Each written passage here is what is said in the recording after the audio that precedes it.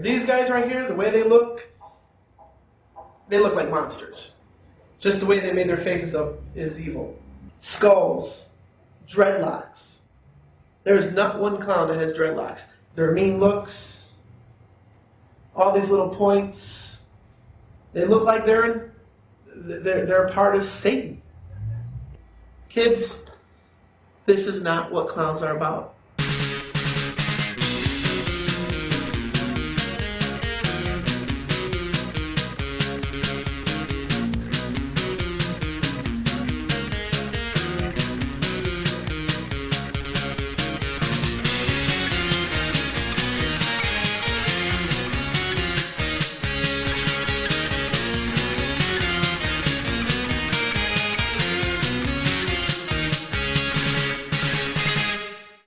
All right. Are you ready for your Faygo reveal today, Cal? All right. Yeah, let's do it. All right. We have Diet Orange. The orange was good.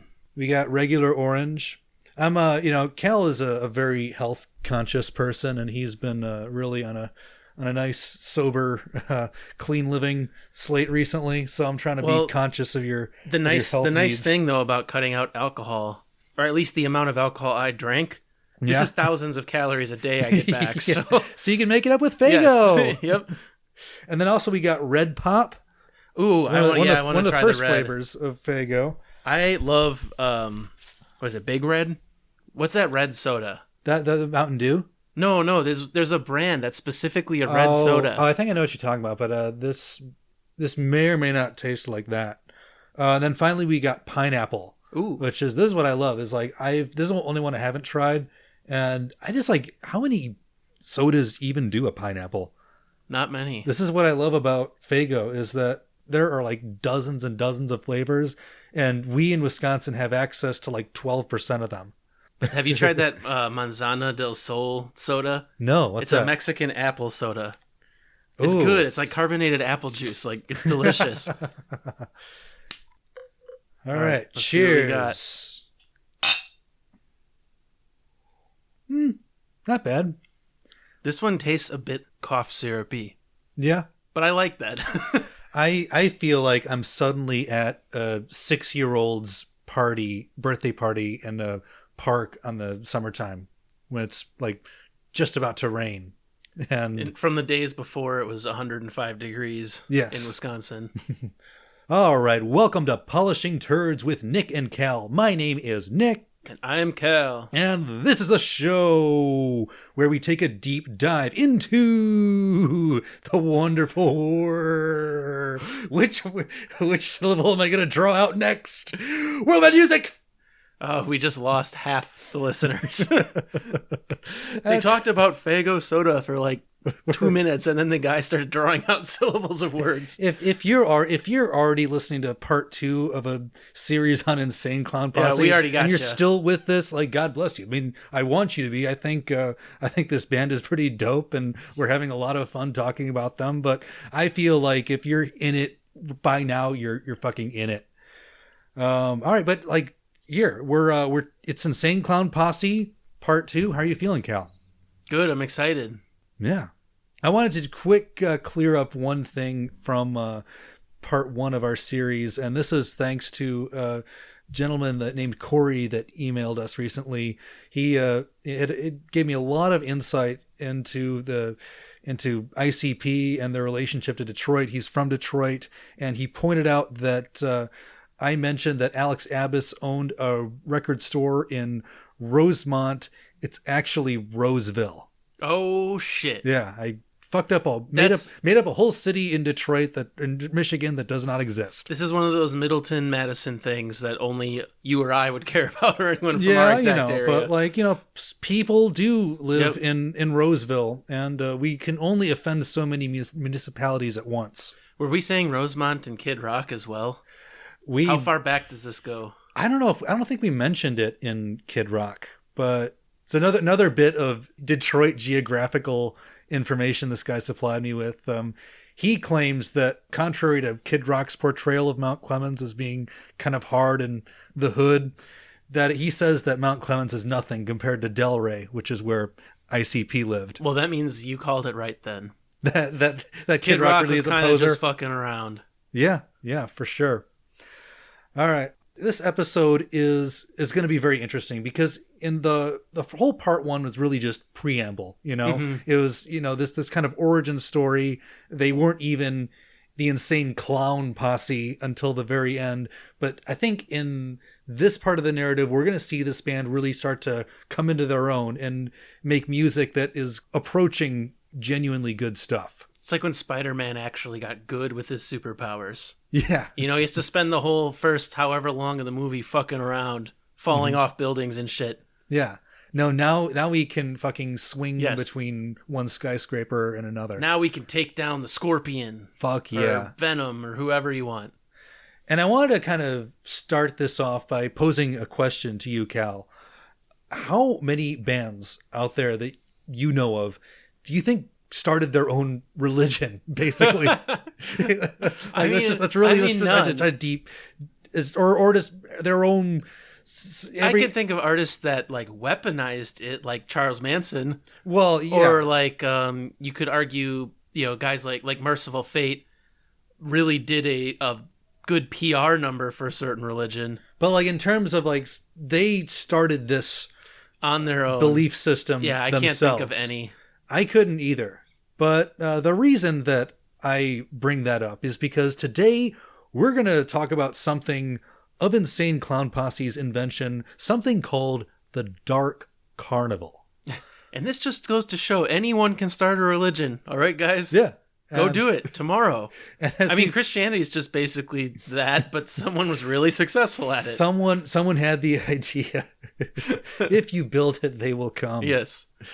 So do you remember in our last episode when I mentioned that ICP had, in fact, created their own esoteric spirituality?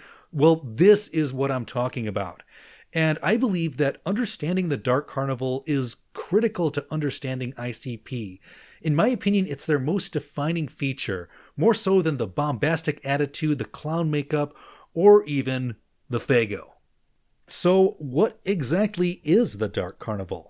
Well, the best way I can describe it's kind of a mystical netherworld in which the souls of this earth are sent to face judgment based on their actions in life. The good souls will be sent to Shangri-La, the Juggalo version of heaven, while the bad will be condemned to hell's pit. Do they have a deity that makes this decision? I'm going to save that for later because we're going to learn more about the Dark Carnival as the series progresses. Okay. But they do have a heaven and hell. They've got a heaven and hell.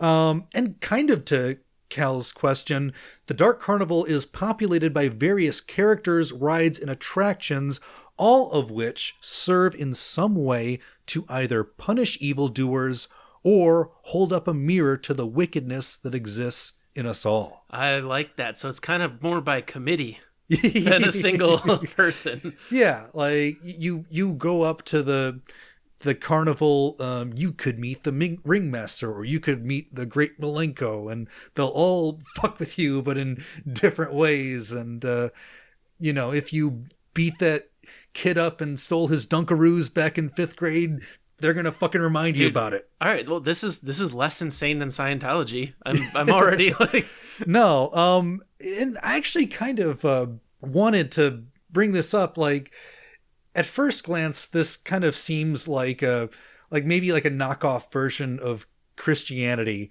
And it's definitely kind of, when you understand more of the language that the Dark Carnival uses, it definitely is inspired by that. But I kind of think that if you take the Dark Carnival at its face, it seems like a more simplified and modernized approach to understanding good versus evil. Like, think about the 10 Commandments and how the first 4 of them are shit like not worshiping idols and keeping the Sabbath day holy, where you have to get all the way to 5 before murder becomes a problem. Like the Dark Carnival, they go after, things like pedophiles and wife beaters and like racist pieces of shit. Right. So really, I think I think it kind of is better than Christianity. It is. I was just going to say that stuff modern day Christians can't seem to get their shit together about. Exactly. So I'm into this. So how did this whole Dark Carnival thing get started? Well, according to Violent J, the whole idea basically came to him in one fantastic vision. Believe it or not, Jay was never all that interested in clowns or circuses growing up. But on the same day that he and the band agreed to paint their faces and become the Insane Clown Posse rather than the Inner City Posse, Joe Bruce went home and had a dream that would change the course of his life. So the dream goes something like this. He says that he was at home trying to sleep when suddenly a, quote, dark shadow walked into his view. And then all of a sudden, his mind was transported to this kind of strange carnival in the sky where all the rides were twisted and strange and just comically huge. Like they were roller coasters that like went up into the clouds and came back down. And it was just like picture like a really nightmarish acid trip version of a carnival. Okay. You know? All right. And then while he's walking around in this fucked up carnival, he is suddenly face to face with that clown that we had talked about in part 1. That he had been having dreams about this clown that was chasing him the guy all over was Detroit. On the cover. Oh, okay. The psycho clown in his dream. Gotcha. Yeah, it's like the clown in the cover was based on the clown in his dream, but this is the clown in his dream. Okay. And this clown was wearing white and black makeup and held in his left hand a giant deck of playing cards, and each card was a joker. Then this clown began dropping the Joker's cards to the ground, and at each drop, Jay began to feel a greater sense of dread.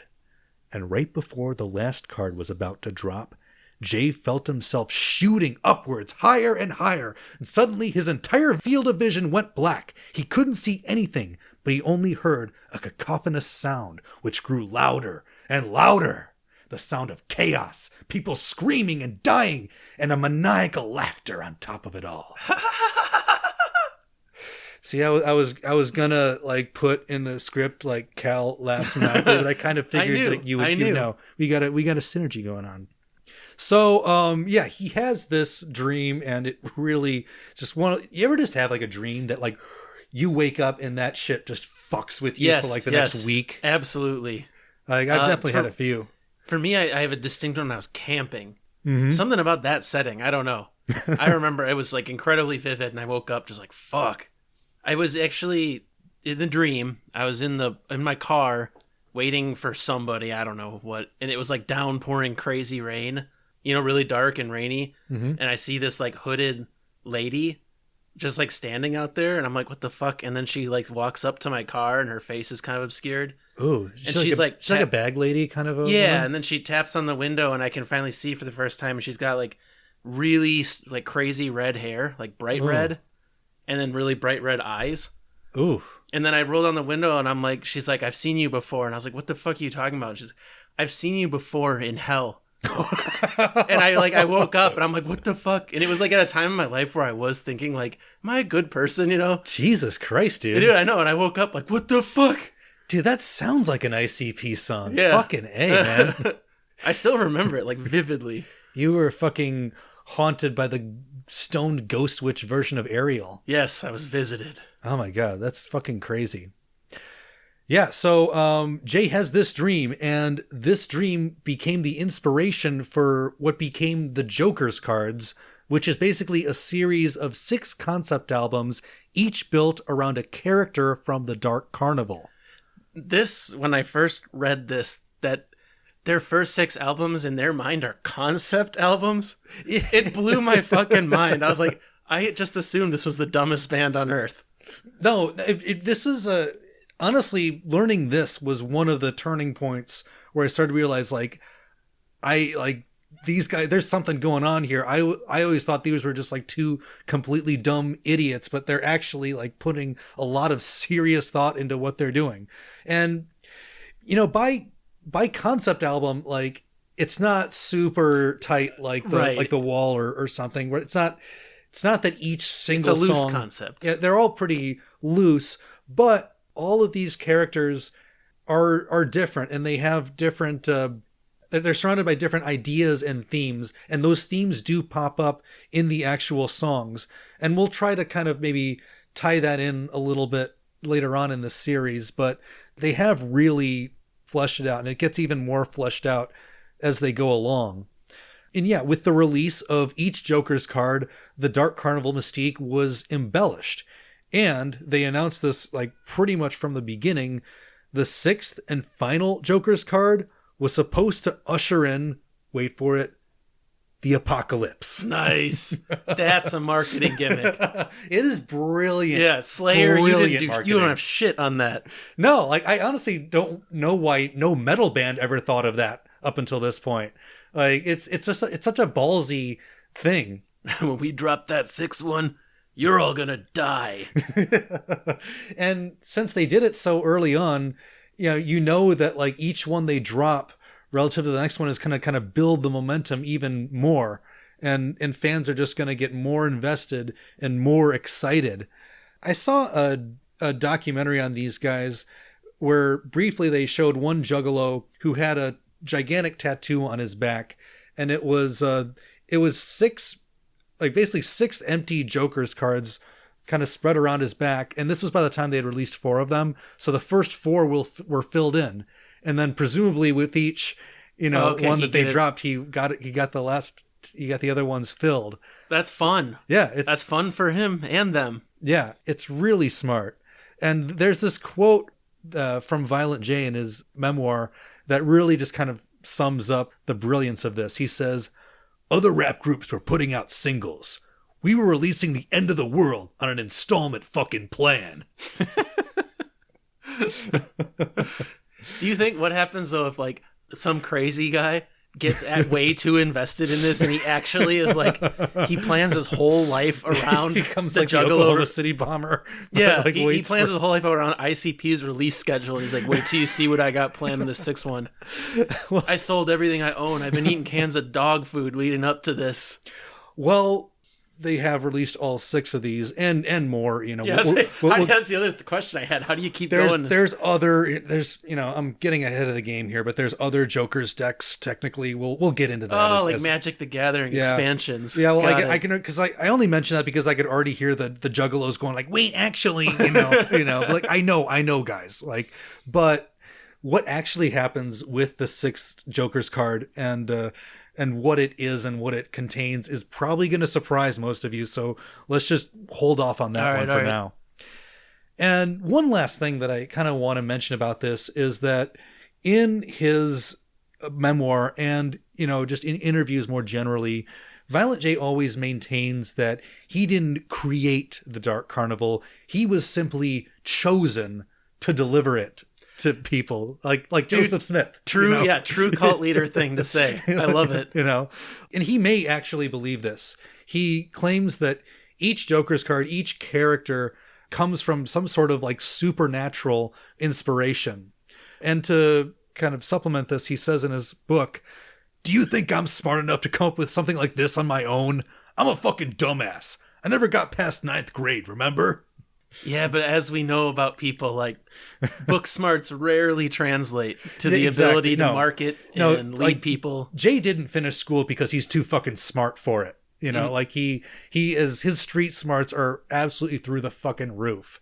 And if he like just applied his knowledge of business and marketing and like took the traditional route and went to business school, like he'd own a Fortune 500 company for sure. Yep. So with all of that in mind, let's talk about Insane Clown Posse's debut album, the first card in the so-called Joker's deck. That album, Carnival of Carnage, was released October 18th, 1992. Just in time for Halloween. All right. So they originally recorded these tracks with Chuck Miller. Remember that like grifter who was overcharging them during dog beats? I'd rather sit around dicking these guys around for 4 hours than just make an album for 4 hours. That would be creatively fulfilling. I'd lose track of time, but I'm not going to do that. I know. So at some point during the early sessions, the band finally got sick of this guy, and the manager, Alex Abbas, fired him. Good. So thank God Chuck Miller is finally out of the picture. But then they did something even more important, which was they found producer Mike E. Clark. And Mike Clark is going to be a critical player in this story. He has been the producer on almost all of ICP's best material. He is basically to ICP what George Martin was to the Beatles. Like, he really helped them craft their sound, and he just found the perfect beats that were kind of tailored to what ICP needed and wanted. Yeah, sometimes you just need that that X Factor guy. Like, where would Eminem be without Dre, you know? Yep. And then another smart decision that ICP made in these recording sessions was to solicit features from both Kid Rock and Esham, who, if you recall, were the hottest local rappers in Detroit at that time. And this helped ensure that the album would be taken seriously and sold in record stores in Detroit. Now, as far as the Dark Carnival mythology goes, the Carnival of Carnage is basically a representation of inner-city violence visited upon the apathetic middle class in the form of an evil traveling circus. The album's liner notes contain a long diatribe from Violent J, which elucidates this idea a bit. It's a pretty long composition, but I think it's quite fascinating. So, we'd like to do something a little bit fun. We're going to present to you an abridged version of these liner notes as read by our good friend Jack Mackey. Welcome to the show, The Traveling Ghetto.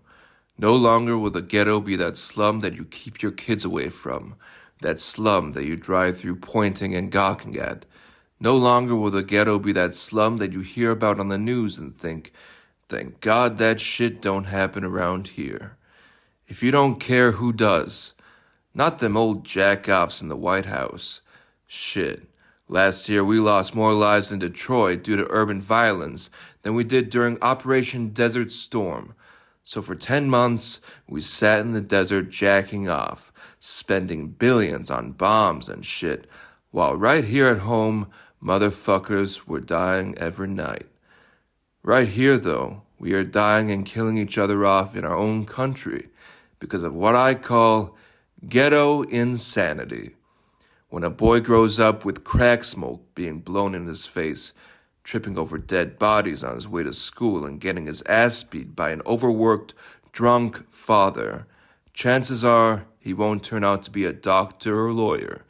Instead, he will act like a wild wolf. The only solution is to end this environment.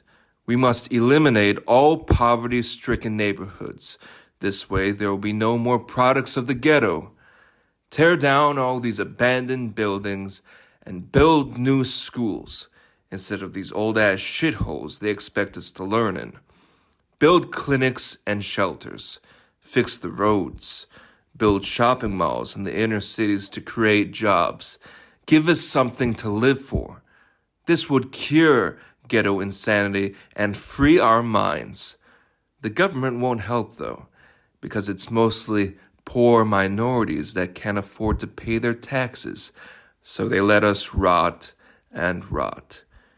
If those of the ghetto are nothing more than carnival exhibits to the upper class, then let's give them the show they deserve to see. No more hearing of this show, because you can witness it in your own front yard. A traveling mass of carnage, the same carnage we witness daily in the ghetto, can be yours to witness, feel, and suffer. No longer killing one another, but killing the ones who have ignored our cries for help. Free passes for the governor's family. My views may be ugly, but so are the bloodstains on the streets I roam. If there is no change soon, tickets will be issued to the Carnival of Carnage. Violent J. That is a... I don't want to spoil things. As you listen to this album in the first clips, that is an intense vision for what this actually is, at least to me. Okay, yeah. I mean, it is there. It's not most of the album, but this is another thing where I first heard these liner notes when I listened to a podcast called the Insane Clown Podcast, which was by these two guys. I'm so sorry I forgot their names, but they did a podcast where they tried to go through every album in ICP's discography. Unfortunately, they seem to have abandoned that mission in like 2021. There's not that many. No, and these guys are like serious juggalos. That's crazy. Nick's consumed far more shitty albums for a single series than that. No, but like they went hard. They did like a polishing turds length episode on every single album. Oh, yeah. Okay. They went like these are like serious juggalos. They wanted to like do their due diligence, and I wish they had like finished their project. But that's where I first heard that spiel that you just heard, and that was another moment where I realized like, holy shit, that came from Insane Clown Posse. Like that is just some real fucking shit. That is very high level political analysis expressed in just the language of the everyman. Yeah, and it's weird too. Like you said, you don't expect it because you see the average Juggalo, you watch the music video for Miracles, you just assume everyone associated with this is a complete idiot. Yeah, and they prove you wrong over and over. Yeah, it's very fascinating. And for all of my friends who are like serious, like lefty types, I will say to you guys that there is a lot of interesting class analysis performed by Insane Clown Posse that's really worth reading into. And so, yeah, the subject of ghetto-style violence is kind of a leitmotif throughout Carnival of Carnage. I think you can actually hear that in the first verse to this song, which is called Psychopathic. Well, I've been to the front house and in sun. Paid my debts, but I'm still a street hustler. Dropped out of school cause I couldn't find my locker. Stubbles on my chin, I got hair like Chewbacca. Might see me sleeping on the street. Don't look for a job cause there's no jobs looking for me. Then it all went to my head. Next day, 49 motherfuckers dead. Tell the pigs I did it. Place spot at your back and beat you in the head with it. And keep your bitch in place. Or I'ma send her ass home with a footprint on her face. I'm hating sluts. Shoot him in the face, step back and it's my nuts. Less them in a sack, cause I fuck so hard it'll break they back. All the pressure packed into one nut. I was waiting on a bus and my head blew up. And a sight'll make you sick. Violent J, motherfucker, psychopathic.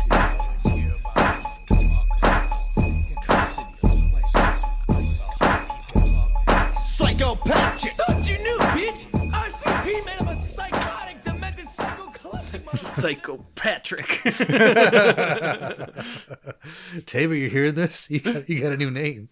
I do not know why they pronounce it psychopathic, because as far as I know, they only do it on this song, and maybe he just thought it was catchier and funnier, and someone somewhere is. Maybe he thought people would start saying psychopathic. You know, there are a lot of words in the Juggalo lexicon that kind of came from Violent J's own personal language, like words like Nedden, which is their version of pussy, you know, or like ninja. He calls everyone ninja. It's like, hey, look at these ninjas over here. You know, he's probably the last person on earth that can get away with that one. No, like they all do it. I know nowadays. I was trying to think. Did he? I don't think he meant it as a euphemism. Okay. I think it was just something he did. But if he did intend it as a euphemism, it's probably the best one that I've ever thought of. Let's say he didn't, because nowadays that has been taken. And that's one you're not supposed to do. Okay, yeah. People have used it that way since, and black people are typically like, come on, man, it's not any different, you know it. Yeah. So I think, I think he means it sincerely, but I don't know. But as far as that song goes, it's not like the greatest ICP song there is, but I want to kind of highlight something from the first verse, just a few lines that I think like kind of sum up a lot of what this band is about. So dropped out of school because I couldn't find my locker. Stubbles on my chin. I got hair like Chewbacca. Might see me sleeping on the street. Don't look for a job because there's no job looking for me. Then it all went to my head. Next day, 49 motherfuckers dead. So first you have self-deprecating humor. Then you have social analysis. You know, don't look for a job because there's no job looking for me. Then it gets sublimated into violence. Then it all went to my head. Next day, 49 motherfuckers dead. Again, it doesn't sound intelligent until you kind of start to read into it.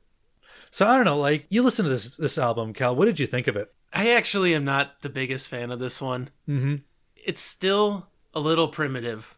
You know, Yeah. like the beats are incredibly minimal, and I didn't think the rapping was that good. The stuff that I was saying is good is we're going to get into a little later as we go. Yeah. And to me, this is a little bit of a rough start. It's a first go at it. Yeah. No, it's definitely rough around the edges. And the production issues are a problem. They worked with 2 different producers, and I think actually Isham produced a couple of songs too. So they just hadn't quite found their footing yet. And they weren't the greatest rappers by that point. I think maybe the problem is, like, even though they'd had the Dark Carnival by this point, but they weren't taking it as seriously as they could have. Yeah, and they weren't leaning into the full goofiness of this concept yet. Yeah. Like, what I really love about like a song like Hocus Pocus, for example, Mm-hmm. is all the circus shit worked into the beat itself. Yeah. And you don't have any of that yet, really. These are just basic ass rap beats. For sure. What you kind of see with ICP in the early 90s is all the music we played in our last episode was just pure violence, like all on the violent gangsta end of the spectrum. And then they start to introduce the comedy, and it starts to tilt from one end of the spectrum to the other. And they eventually find that perfect mix between violence and comedy. But this album, they hadn't quite put enough comedy into it yet. Yeah. Well, and as you're about to get into, because of that, some of these lyrics that I think were supposed to be dark humor are just dark. Exactly. Like they talk about they try to say that the violence that they wreak upon people in this album is just like holding a mirror up to society and saying that, like, here's the world that you created.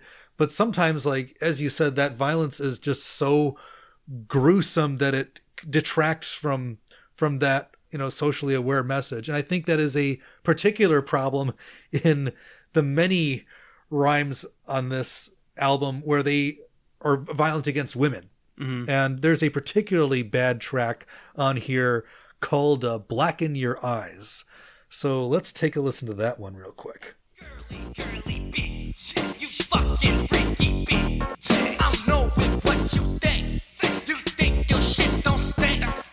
Take you out to dine and wine and dine. I tell you look fine. Then we fuck till I break your spine. Bitchy hoe. We fucking on the floor. We fucking in the bed. Then I shoot you in your head. You never make me cry. Before that bitch you die. Wicked, sadistic, psycholistic. I do like Nick the Mac and club you in the back. I'm not like other guys. I'm quick to blacken your eyes.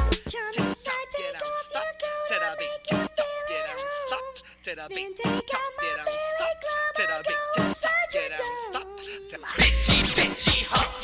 You fucking freaky. Yeah, see, like that's some low IQ shit, man. Yeah. Like, there's hard to find anything to like there, Yeah, at I least know. for me. Oh, for sure. It's just really bad. And the best thing I can say is that this gets better when it comes to ICP. Like they do ease off the misogyny pedal, at least when it comes to violence against women. Like they do get better about this specific thing over time. I don't know, like even when like Eminem does it, for example, I don't care because the rhymes are so clever. Oh, yeah. No, and part this of it is- is always like, you make me sick. Gonna break you with my dick or whatever he says. It's Yeah, like oh, it's like that's better than what he elementary- says. Yeah, it's elementary Yeah. school shit where it's just like, dude. They rhyme bitch with bitch like a bunch of times. It's really awful. It's just bad beat, bad rhymes, bad flow. It's just a really bad song. Yeah. One of the only things that's kind of interesting about that track is that you got to hear for the first time John Kickjazz in that first verse. He's the one who says "girly, girly, bitch." That's his contribution. Well, actually, that's like half of that verse was him, but he's actually not on that album a whole lot. Maybe like 3 or 4 tracks. So he was already checked out then, pretty much. He was kind of already checked out. Okay. But yeah, like that really one that I think they kind of wish they had back. Yeah, and again, the whole album, that one's particularly bad, but the whole album's kind of like this, at least for me. Yeah, Like I said, it just feels really amateurish. It's not there yet. It's almost a step back from Dog Beats, I think. I will say, Cal, there are a few moments on this album that I think do hint at the potential of this band. And one of the ones that I wanted to highlight is a song called Guts on the Ceiling. And this is where Jay lays down a deadpan narrative from the perspective of somebody who just blew their own head off with a shotgun. Let's take a listen.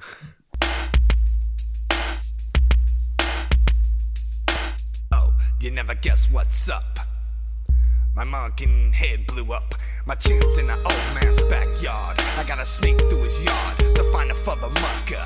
And he's got a pit bull dog, and it's sitting on my chin like a frog on a log. I throw a bone to try to distract, cause I'm wanting my chinny chin back. I'll never be one to boast, but there's my tongue hanging off the light post. Cause my head exploded, and my brain's unloaded. All over this beautiful city, teeth and bones to the nitty gritty. There's my eyeball stuck to the wall, right next to my splattered jaw. I don't dig this game, chasing my brains all through the sewer drains. My head's all over the block, cause I done went lunatic tick tock. Come on, dog, what's wrong with my head? It blew apart, but I still ain't dead. I get no respect, I got nothing but guts hanging off my neck, but I'm still chillin', even with my blood and guts all over the ceiling. Guts all over the ceiling.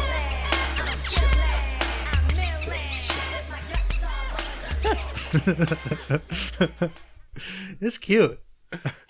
Yeah, I don't know. I'm not sold. I mean, what about the beat though? Yeah, the beat was cool. It's kind of night dark and slow. I don't know.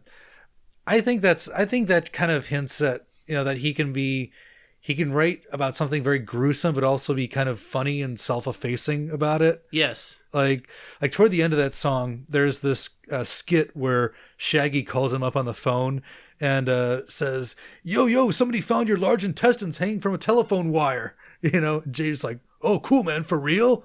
I'm going to go get them now. And yet, this song also has kind of a dark origin. Supposedly, it was inspired by this friend that Violent J had, whose father really did blow his own head off with a shotgun. And as they were trying to clean out the house, even after they'd cleaned off the body, they noticed that there were still some fragments of his brain and skull in the ceiling. So, jeez. Yeah. Well, it's really fucked. This is a good coping strategy, though. Make a semi-comical rap about it. Yeah.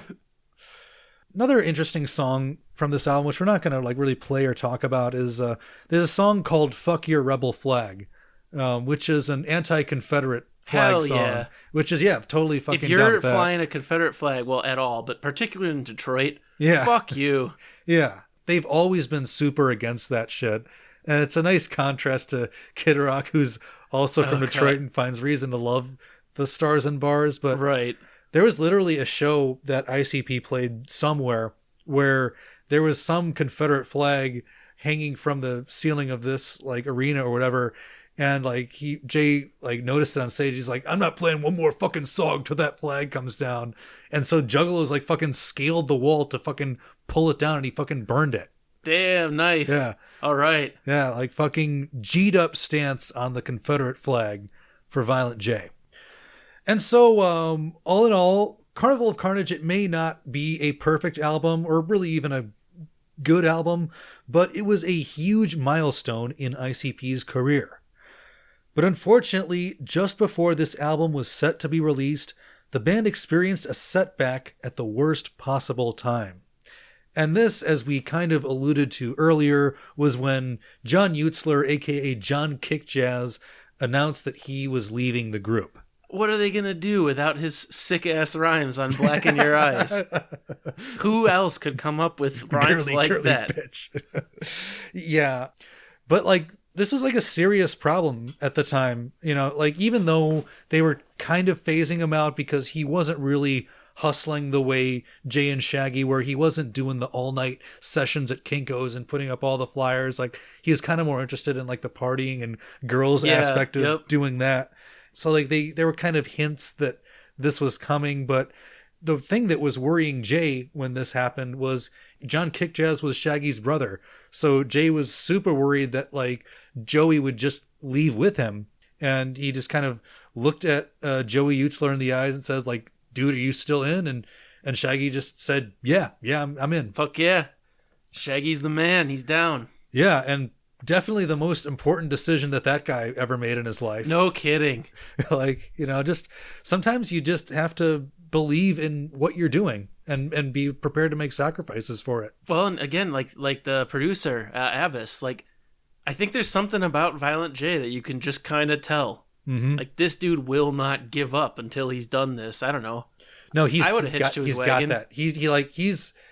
I agree, Cal. Like, maybe Shaggy sensed that, like, maybe I can't see the absolute end of this, but I know that this guy that I'm working with has a vision and has drive beyond probably anyone that he'd ever met at that point. Right, and this is cooler than working at Burger King or some shit. Yeah. Or like in Shaggy's case, he never held down a job. He was a big, like a professional thief pretty much. All right. So yeah, this was his best thing he had going. In Violent J's book, Shaggy kind of like interludes where he talks about his strategies for shoplifting and stealing various things. It's great. He's a real funny yang to Jay's yin. But then I also want to point out that there is kind of a sad ending to this on John Utzler's end of things. So after he quit ICP, he basically began like a 15-year-long downward spiral where he kind of got depressed and suffered from a lot of drug and alcohol addiction. He was homeless at various points. At one point, he got beat up to the point where he was unconscious and had to go to the hospital for months at a time. Like, it was like he got beat up so bad that his skull or his brain swelled up and they had to like take part of his skull off. Oh shit! So okay. that, they could work on it. And he says he didn't remember what happened. It was probably some drug deal gone wrong, but his whole life just kind of became one long, slow train wreck. And from what I've read and heard, he was kind of bitter about the fact that he left this band and they became famous, and now his brother is a millionaire and he could have been part of that train and chose not to. So like you couldn't mention ICP in the Utzler household if John was there. Oh wow. Like, he was just that bitter about it. And I kind of can't blame him for that, but also you left, dog. Yeah, it was his decision. You know, if it's any consolation, I guess would his life actually have been better in the band? And what I mean is, as we've said on this series like a million times, like, fame is difficult and demanding, and there's going to be more drugs and alcohol and temptations in your face for free than there would have been without the band. Yeah. His spiral could have been just as bad, even if he stayed on board. It's totally possible. And for what it's worth, Shaggy himself also has had alcohol and drug issues, and he's been to rehab a couple of times, I think. But I don't know. I don't know if it would have affected ICP's progress as a band. I guess we're so used to thinking of them as a duo, and they really work as a duo because their personalities kind of match up with each other. Like, even just like the look of it, they look like Abbott and Costello, right? Don't they? Like, yeah. A thin one and a fat one. I don't know. Like, this is what ended up happening. And, from this point on, ICP was just Violent J and Shaggy Two Dope. And, that's how they've been ever since. Those are the guys we know and love. So, obviously the loss of this, frankly, third wheel did not slow ICP down one bit, really. They continued to tirelessly promote their music, and within a year, Carnival of Carnage had sold a whopping 10,000 copies. Normally I'd make fun, but for a completely indie release, that's not bad at all. That's unreal. Like, that's those are the kind of numbers that, like, they should have gotten a major label contract like before they hit that 10,000 mark.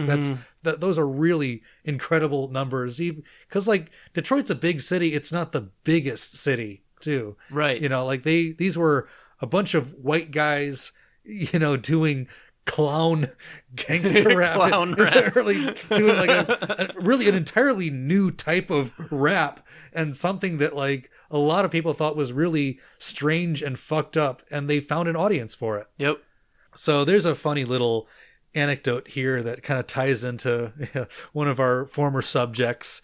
So like a month or two after they released this album, they wanted to do an in-store signing, and they were kind of nervous about it. They didn't think they were big enough yet to do a signing on their own. So they invited Kid Rock, and they decided to make it a joint signing because at that time Kid Rock was trying to promote the Polyfuse method, and he was still like a big swinging dick in town. Okay, sure. So they invite Kid Rock, and Kid Rock shows up late, but there's still a line out the door. And when they finally just start letting people in, and it turns out that like 75% of the people were there to see ICP. Fuck yeah. Fuck you, Kid Rock. But also, I totally believe this because, again, they had the gimmick. Like, you hear an album like Grit Sandwiches, are you really like, I gotta meet this guy? Whereas you hear the album... Unless you really like getting your pussy eaten. Right. But the three songs we just played you, yeah, as shitty as they were, I can see why you hear, like, they dress up in clown makeup and sing that shit. Yeah. That I kind of want to meet those guys. Yeah. It's much more alluring. It is. Like, they have their own aesthetic, and it is uniquely theirs. So, by now, I think we can all agree that Violent J's decision to rebrand ICP was a pretty solid one. And in the months after Carnival of Carnage was released, the band's audience just continued to swell. And it was during this period that several enduring features of Insane Clown Posse were established. So first, we have the tradition of Faygo. I'm sure a lot of you are wondering, like, why the fuck do these guys spray Faygo everywhere at their concerts? Like, why are Juggalos so excited to get soaked head to toe in this fucking disgusting syrupy liquid? Well, I can't say why. I don't think ICP themselves could really say why this happened, but it did. And it all started at a show at a venue called the Magic Bag. At this show, ICP had a table on stage that had a bucket filled with 2-liter bottles of Faygo. And originally this was just like some kind of stage prop, apparently. I guess they mentioned Faygo in some of their songs, so they just figured like, oh, let's just have Faygo on stage. That'd be funny. I could see that. If one of our big pride points was that we're from Wisconsin and we're a rapping duo, I could see having like some bags of cheese curds up there. Yeah. And some like cheese curds, some spotted cow. Spotted cow is our Faygo. Yeah, so they had this Faygo on stage, and at one point during the show, Violent J noticed that there was a kid standing front row center and just flipping the band off. And he got pissed off about this, so he grabbed a bottle of Faygo and sprayed the kid with it. And according to Violent J, the audience just like fucking went nuts for it. Like, they loved it. So then Shaggy started opening Faygo bottles, spraying them, throwing them into the audience. The audience is throwing Faygo back, and suddenly it was just like this gigantic fucking Faygo apocalypse. He even talks about in his book how the manager of the venue was understandably somebody's got to clean this shit. They understandably very freaked out. She runs onto stage, starts to grab the cart full of Faygos, tries to pull it off stage. Alex runs onto the stage and tries to brag it back on, and it's just like fucking like Benny Hill pandemonium scene. Yeah, so and I kind of wanted to seg this into like a discussion of like ICP's relationship to Faygo, because you alluded to that in our last episode. Yeah, I mean, I want to digest this a little bit further. If I'm a guy who works for Faygo's marketing department and I learn about ICP doing this, like, my gut reaction is, let them fucking do this. Like, just leave this alone and let it keep happening forever. And it seems like that's what they did. Kind of. So it's it's a complicated relationship that the Faygo Corporation has with ICP. So Faygo, they were started in Detroit. They're a family-run company. They were founded by a couple of Jewish immigrants in the early 1900s. And you could not get Faygo outside of Detroit until like the 80s or even 90s maybe. But they were really popular locally, and they had this kind of self-image as a family company. Oh, they okay, really yeah. they really have and still have a very conservative self-conception about them. I get the. Can you imagine trying to explain Insane Clown Posse to two old Jewish immigrants? I don't think this is possible.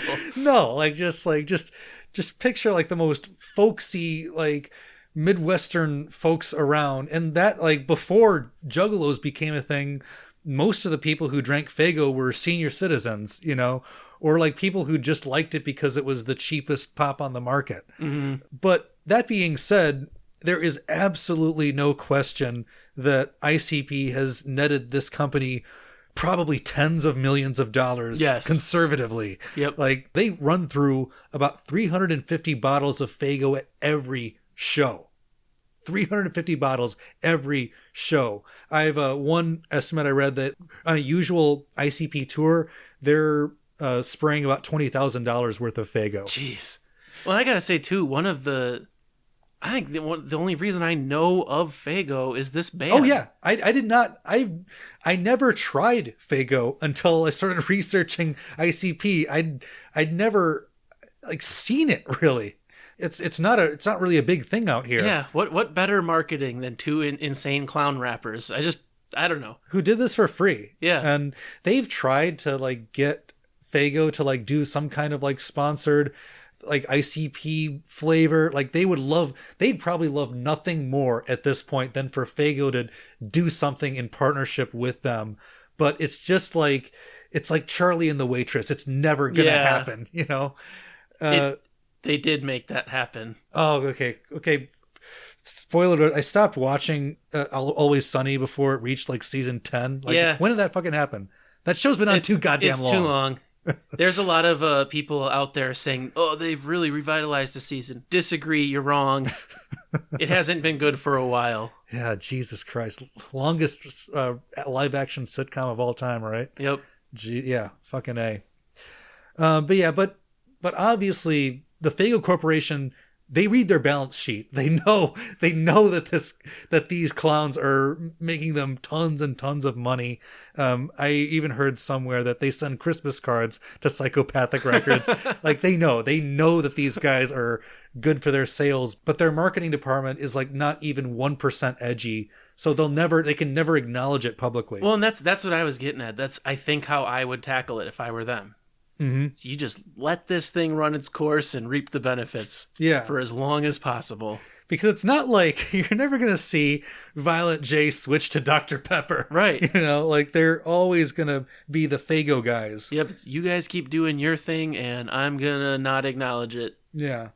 Just from a purely like heartfelt, nostalgic perspective, I would like to see Faygo just acknowledge that ICP has done stuff for them, because they really have broadened the market. Like, yeah. Faygo talks about how they get demands from, people in like California or Seattle or Denver. People call them up and say like, why don't you have Faygo? And that is directly because of Juggalos. Faygo, what you should do is call the flavor. We don't necessarily agree with anything they say, but this is the ICP flavor. Call it that, and then your hands are clean. It's like very sane collection of wholesome, family-friendly clowns. Mentally stable circus unit. Okay, and then I want to talk about the coining of the term Juggalo. So there was one concert they performed at in 1993 where Violent J was performing a song called The Juggalo. Do you remember that song from Carnival Carnage? So, that one goes, you can't fuck with the Juggalo. And somehow Juggalo morphed into Juggalo. And Jay turns to the audience and said, I'm the Juggalo. That makes you Juggalos. And that just kind of became what ICP fans were from then on. And by that point, there were already people in the audience who were showing up to ICP shows in face paint. Mm-hmm. So, their Juggalo culture, and ICP always reiterates this, they did not invent Juggalo culture, or so they claim. They claim that the entire thing sprung up purely organically. Like, they didn't really mastermind it and all the different weird things that Juggalos do and are about, and the whole aesthetic. You know, they definitely shaped it with their music and persona, but Juggalo culture kind of evolved organically. Like, Juggalos took the ideas from the ICP universe and adapted it into their own lives. Like, you know, it's like, oh, these guys drink Faygo, we're going to drink Faygo. They put on clown makeup, we're going to put on clown makeup. Oh, yeah, it's pretty fucking cool. It's the cult leader thing that Jay's got. Yeah. Something about him. And I think what really worked about it is that he was always dedicated, or both of these guys, they were always dedicated to their fans, and they encouraged that at every level. And they were incredibly loyal to their fans, and their fans were incredibly loyal to them. And the longer ICP persisted and just refused to sell out or compromise or be anything different than what they were, the more Juggalos respected them for that. And consequently, the less respect that ICP got from the outside world, the more that convinced Juggalos that they were onto something good. Yeah, definitely. It's that, this is our thing. Exactly. It's that classic us against the world mentality. Yep. So then in March of 1994, with the wind at their sails, ICP released their second album, Ringmaster. While still not quite great, I think this album is a big improvement over Carnival of Carnage. It features better production, better rapping, and, in my opinion, a more even balance of humor and violence. I agree. This still isn't my favorite thing, Nick, but far improved. I'm not going to call this a bad album like I feel like Carnage is. I think this one is actually pretty good. I didn't like it so much at first, but it's really grown on me. So first, before we get into the music, I want to kind of tie it back into the Dark Carnival a bit. And according to that whole mythology, the Ringmaster, he is the overseer of the Dark Carnival. The Ringmaster is the guy who judges the fate of dead souls, sending them to either heaven or hell. All right, there he is. Yeah, so he's controlling this whole thing. He's Dark Carnival's G.O.D. Yeah.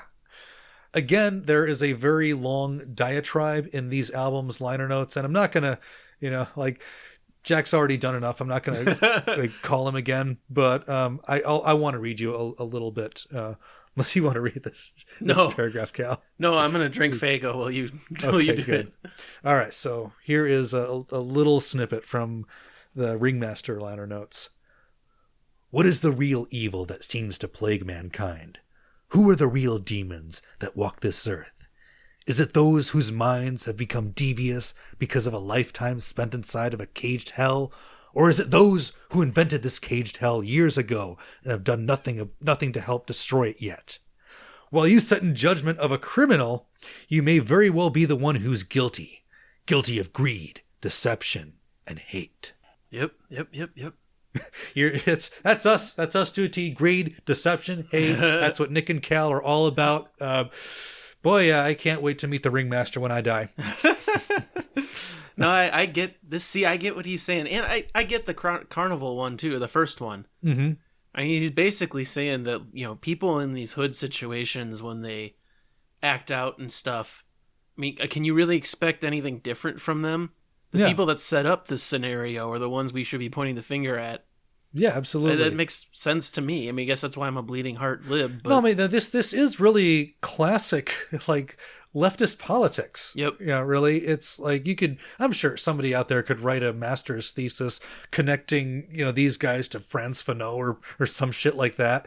But what they're basically saying is they're asking us to examine violence in a socio-cultural context. Like, yeah, the guy who jacked your car stereo or mugged you in the street is not a great guy, but what about the politicians that encourage white flight and don't refuse to spend money to fix the problem rather than giant tax cuts for the rich? Just kill that guy is the other solution. Yeah, no, I'm with Jay on that one. 100%. So I want to show you guys one of my favorite songs from Ringmaster. This is a song called Mr. Johnson's Head, and to me, it's a great example of Violent J's ability to construct a compelling dark narrative. Ostensibly, this is the story of a student who decapitated his history teacher and kept the head in his backpack.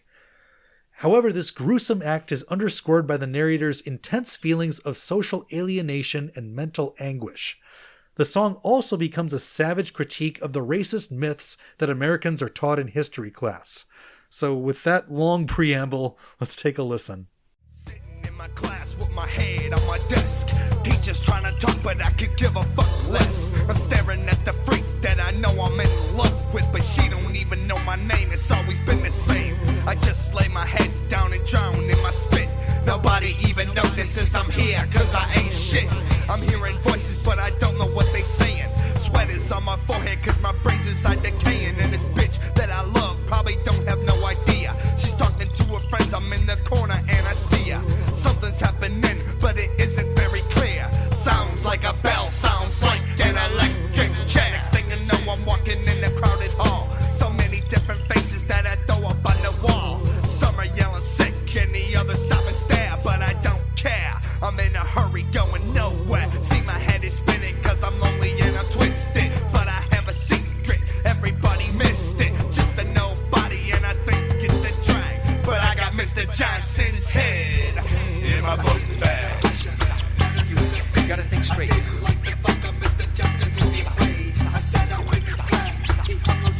gotta think straight. See, I wish I had known about Insane Clown Posse in middle school. Because I was sitting there listening to like Linkin Park crawling and getting upset that way. Yeah. This is a funnier way to take out your angst. Exactly. You fucking cut the history teacher's head off. Yeah. You know? That's what a man does. So, no, you crawl in his skin, bitch. And again, I think he's going to do better versions of this type of thing going forward. But a lot of my favorite ICP songs are just some kind of narrative that Violent J presents, you know, based on a character that feels some kind of angst or alienation and expresses it with violence. And with this one, it may not seem like there's a lot going for it, but, you know, he talks about how, you know, part of the reason he cuts off Mr. Johnson's head is because the guy hangs a rebel flag in his classroom and he's a racist. And he talks about some of the things in history class he disagrees with. I can hear the teacher, man, talking about Columbus. He nothing but an old dead fuck with a compass. Ran up on a beach and threw everybody off, and he claimed discovery, and now we all applaud. And this is just Howard Zinn. You know, This is People's History of the United States, written by a guy with an 8th grade education. Right. Which is good. We need that. Yeah, and I'm just impressed that he was able to reach this conclusion without like 4 years of university education. Right. For real. That's really insightful for that level of education. Mm-hmm. Now on the other end of the intellectual spectrum, I want to talk about a track called Bugs on My Nuts. So this, as far as I know, isn't like a huge like ICP single. It's more of a deep cut, but I can't let this one go because this is a song that is about STDs. And it proves that sometimes the humor in ICP's music isn't necessarily insightful or brilliant. Sometimes it's just fucking gross. Let's check it out. Well, I don't understand the phenomenon. We fucking these hoes that look like spaghetti. Rich boy think that it's shitty, but I like fucking crackheads with one titty. And I do it at the drop of a dime, and I get the scabies almost every time. So let's talk about my nutsack. I don't front jack, I got bugs on my Bozak. Well, I'm Violent J and I ain't no bitch. I'm always quick to tell you when my nuts itch. Cause bitch, if I'm itching when I come home, drop a brick in a sock swinging on your dome. You didn't think nothing of it, just let me stick it. Probably should've known cause I thought I heard crickets in your net. But I wasn't saying nothing though. I wasn't saying nothing till I'm done nothing, ho. And now I'm like, bitch, how can this be? Trying to sleep on my nuts or I'm watching TV. And they trying to walk to the stone, get a 40. How'd these bugs get on me? Somebody asked me how I got scabies. Probably that homeless fat redneck bag lady that I fucked in the shed. Then the little critters on my ding-a-ling said, Yo nuts, we want your nuts. We'll itch and scratch and bite your nuts. Yo nuts, we want your nuts. Please, oh please, fuck dirty butts. Yo nuts, we want your nuts. We'll itch and scratch and bite your nuts. Yo nuts, we want your nuts. That's what I'm talking about, dude. That's my favorite song so far today. I know. The first time I heard that chorus, like, I just thought, oh my God, that is a fucking earworm and a half. That is so You funny. nut me, want you nuts. It's so, it's something so visceral about it, but it's funny. It is a really funny song. I gotta say, like, I would have fucking loved this album in middle school. I will admit Yes, that. I know. I really feel kind of cheated, Yeah, honestly. both between, like, the what we're now calling woke these days moments, Yeah. and then the funny shit like that. Mhm. I mean, that hits both things I was developing an interest in at that time. No, like these, it's a shame. Like these, if these guys had hit us when we were in that 13-year-old mindset, we probably would have become Juggalos. Yeah. Yeah, these guys have a weird fixation, particularly with like scratching balls. Like there's a lot of lyrics where Jay references himself scratching his nuts. I guess scratch on your balls is a significant activity in a male's life. It is a thing. I mean, like once a day, probably. If you could add up all the time in your life where you've spent scratching your scrotum, like It's more sure time than I want to know. I'm sure, like, I think about weird things like this. Like, I hope when I die, I can, like, look at stats of, like, how much time I spent doing this or that. I bet with scratching nuts, it's probably, like, at least a week. Yeah, more than you'd think. Yeah. And then there's another song on this album where actually Shaggy raps, "They call me Jelly Jello Boy 'cause my nutsack jiggles. And when it's out cold, my nutsack shrivels and crawls up my booty hole warm and snug and gets chased out by the booty hole bug." See, that's just funny. It's what's the booty hole bug? I don't know. Who thinks of this shit? It's really wacky. It's very like they are starting to get the comedy thing in there. Like the tone of Carnival of Carnage wouldn't have allowed for something like this. It was way too serious and like angsty and pissed off. We're trying to show you the realness of the hood. Yeah, like no, it's like they can do that, but also be this at the same time. Joking about STDs is part of this lifestyle. Yeah, and honestly, dude, that chorus is still in my head right now. I am singing it to myself in my head while we're trying to do this. It's gonna be in all of your heads forever. Like, sorry we ruined or maybe made your day. So with the release of Ringmaster, ICP's local profile was raised even further. This album would sell 40,000 copies in its first year. Yeah, like now we're like, now we're talking like real impressive shit. And eventually this became the first ICP album to go gold. Hell yeah. Another interesting thing, which proves that they're still very creative when it comes to marketing, is that when they released this album, they accompanied it with a hand-drawn comic book called Wicked Clowns. It was written by Violent J and drawn by Shaggy. Damn. Yeah. That's not a casual side talent. I can draw a whole comic book. Yeah, like that's a lot of work just for an album that like really a relatively small group of people are enjoying at this point. Mm-hmm. So for the first time, both Joe and Joey could live exclusively off their music. They were recognized at malls and fawned over by groupies, who apparently were not put off by the bugs on their nuts.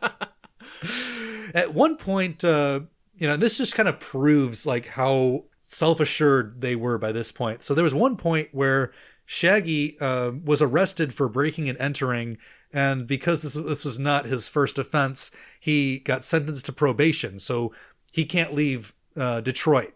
But according to Jay, that was not a problem because, quote, "we had Detroit on lockdown." So he means like we're just gonna tour Detroit. Exactly. Yeah, like okay. they don't need to tour. Like they weren't really like they were definitely thinking about it. Like I'm sure they played shows in like Flint, Toledo. Maybe they even tried to venture to like Gary or Chicago or places like that. Mm-hmm. But at this point, their whole strategy was to just like completely saturate the Detroit market. Yeah. Although they definitely had plans to expand.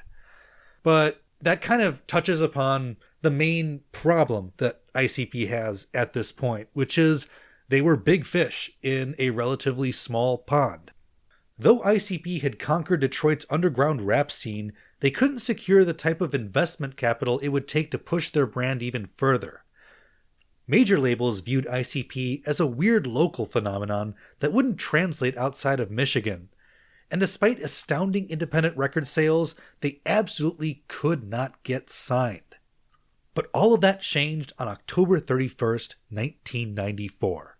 That night, Insane Clown Posse performed their annual Hollow Wicked concert in front of 1,000 people at Detroit's Majestic Theater.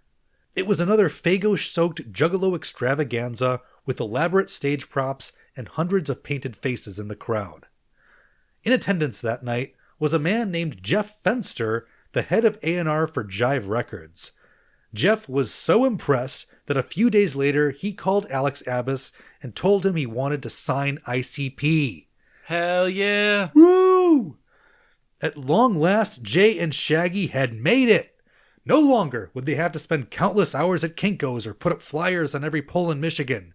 They had ascended to the big leagues. From now on, things were gonna be easy.